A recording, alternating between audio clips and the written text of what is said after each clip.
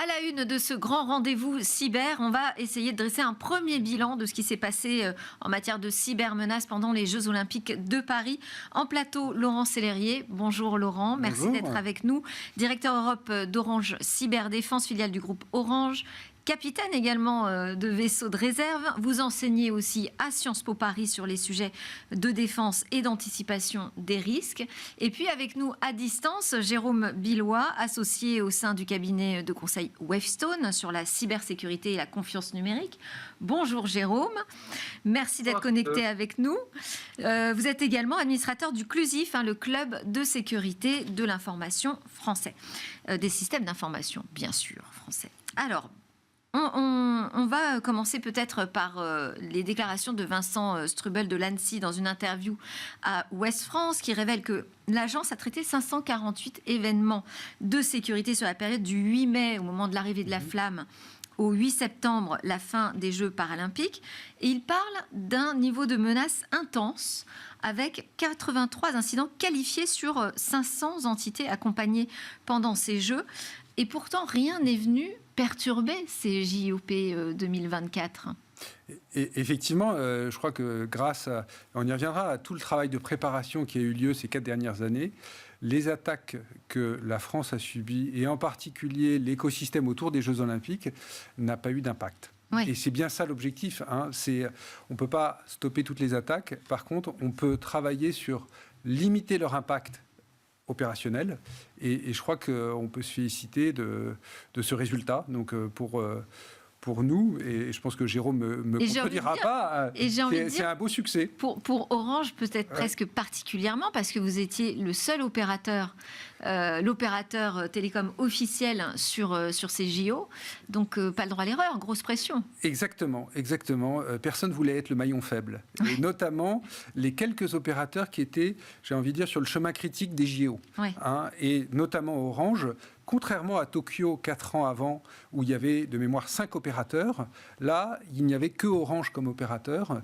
Et donc, on portait sur nos épaules la responsabilité de diffuser à 4,5 milliards de téléspectateurs les images des JO. En plus, vous le savez, dans des conditions un peu particulières. C'était pas dans un stade, c'était mouvant sur la scène, c'était aux 4 coins du monde.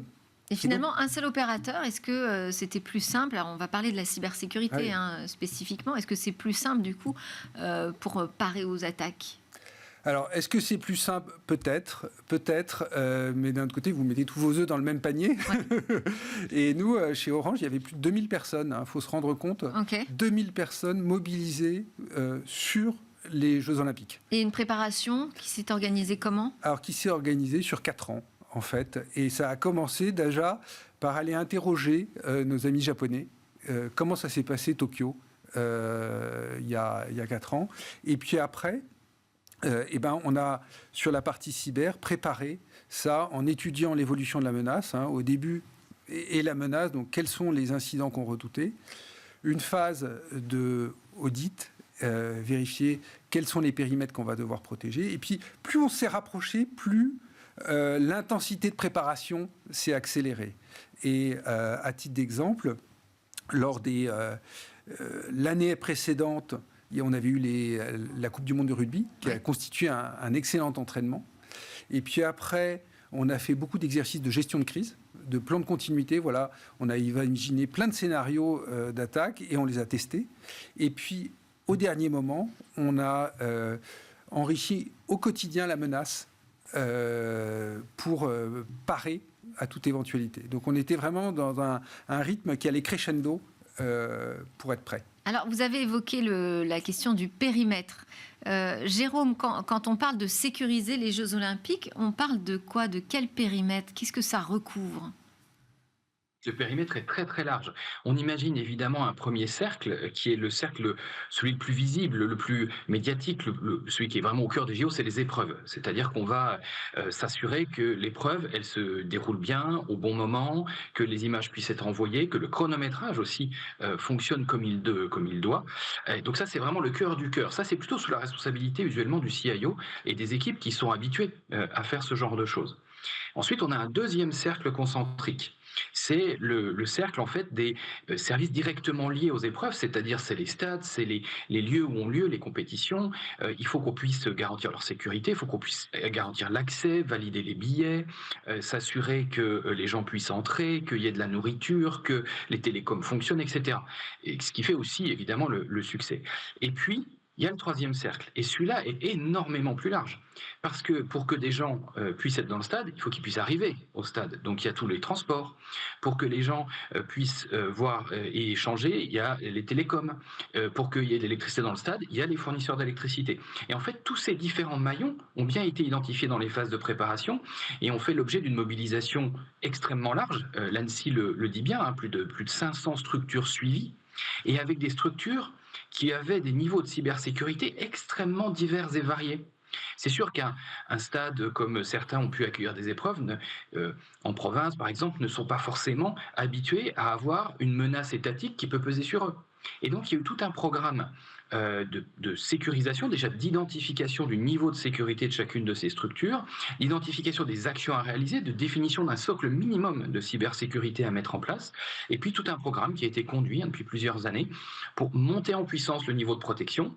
Et une fois que le niveau de protection était là, Laurent l'a mentionné tout à l'heure, énormément d'exercices de crise pour arriver à faire travailler tous ces gens ensemble qui habituellement ne travaillent pas ensemble et n'avaient même pas trop de raison finalement de travailler ensemble. Les JO, c'est vraiment un moment particulier, un temps très restreint, un nombre d'acteurs énorme, une attention médiatique internationale et énormément de monde en back-office pour que tout fonctionne. Et c'est cet enchevêtrement d'actions qui était vraiment difficile à faire fonctionner et à sécuriser. Et là, je pense qu'on peut vraiment adresser la médaille d'or à toutes les équipes qui étaient opérationnellement sur le terrain. L'ANSSI, le CIO, Orange, Atos, tous les partenaires qui ont travaillé parce que, effectivement, ça s'est bien déroulé. Alors, ça s'est bien déroulé, mais même moi, j'ai été surprise quand j'ai vu le chiffre annoncé par l'ANSSI. On est vraiment très, très loin de ce qu'on avait entendu au moment, justement, des JO de Tokyo. Et pourtant, Vincent Stroebel nous parle d'une menace qui a été intense. Alors, comment on explique ça? Est-ce que la menace a été d'ailleurs à la hauteur de ce que vous attendiez? Est-ce que ça a été finalement beaucoup plus calme que prévu? Quelles sont, vos impressions là-dessus? Notre impression, nous, chez Orange, c'est qu'il y a eu un niveau de menace effectivement important, mais pas exceptionnel. Hein. On a traité, lors de la période, chez Orange Cyberdéfense, à peu près 200 incidents, ce qui constitue une moyenne haute, mais néanmoins accessible. Ouais.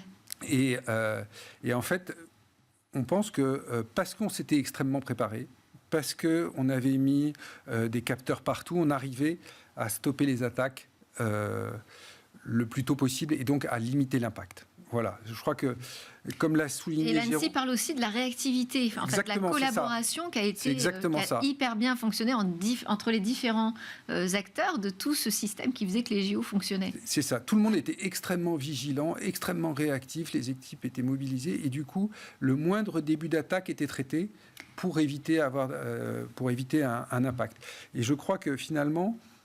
Comme l'a souligné Jérôme, c'est l'ensemble de l'écosystème cyber français qui a fait un immense pas en avant à l'occasion de ces JO.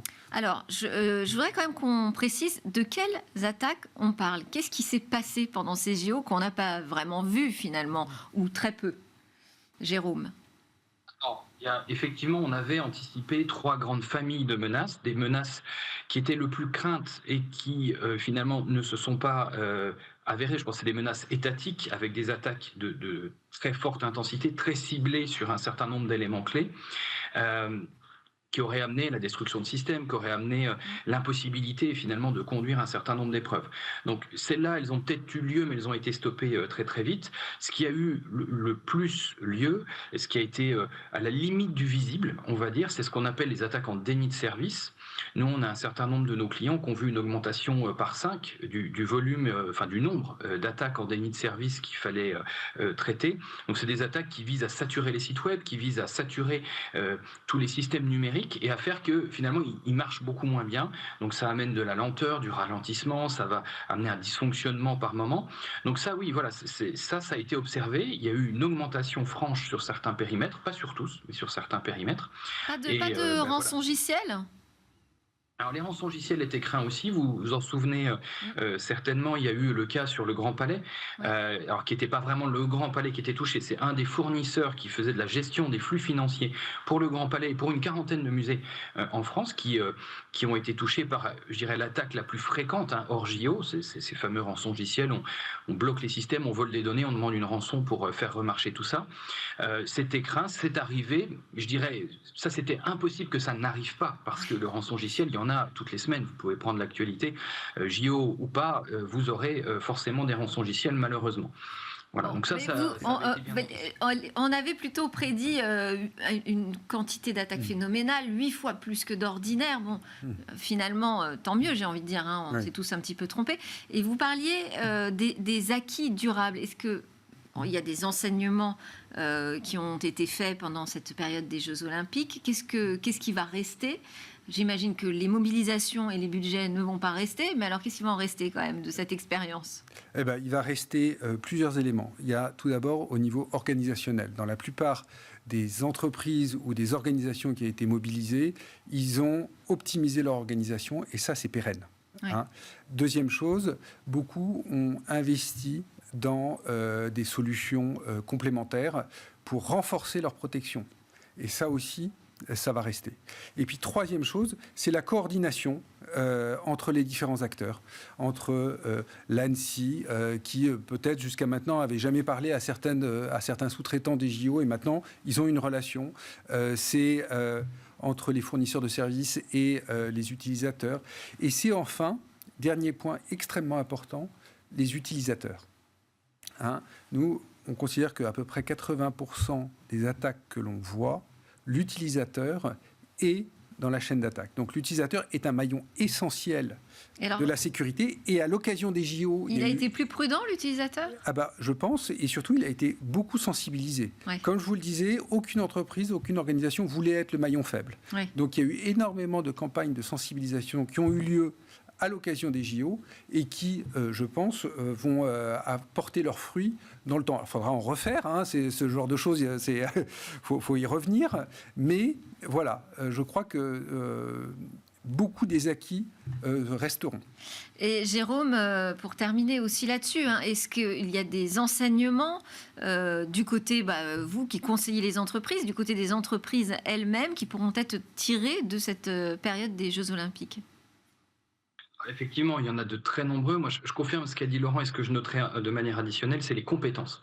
C'est-à-dire que les JO ont permis aussi à un certain nombre d'acteurs dans les systèmes d'information, d'acteurs dans les sites des épreuves, dans tout cet écosystème que j'évoquais tout à l'heure, de monter en compétences sur la cyber. Et ça, c'est quelque chose qui va vraiment être un héritage durable. Quand vous avez appris quelque chose, quand vous l'avez pratiqué, eh bien, vous le conservez pour toute la durée. Et je pense que ça ouvre la porte à le prochain marathon cyber, qui va être la conformité à la directive NIS2, qui vise à augmenter le niveau de sécurité général à l'échelle de l'Europe, qui va toucher de très nombreuses structures de type ETI, PME, évidemment aussi les grands groupes, mais qui sont déjà un peu plus en avance. Et je pense qu'on pourra tirer aussi de l'enseignement des JO sur comment on a réussi finalement à faire monter le niveau de sécurité de structures qui au départ n'étaient pas vraiment intéressées, n'étaient pas vraiment au niveau attendu. Et ça a été un bon exemple de comment aborder le sujet, comment trouver des solutions opérationnelles techniques sur le terrain. Et tous les gens qui ont participé à cette augmentation générale du niveau de l'écosystème JO, ont appris beaucoup de choses qui pourra certainement être rejouées sur l'augmentation générale du niveau de l'écosystème France et Europe. Et ça, c'est vraiment le challenge de 2025. Je crois qu'effectivement, les JO ont été un formidable levier managérial, un levier de transformation. Tout le monde voulait être au rendez-vous et personne ne voulait être le maillon faible.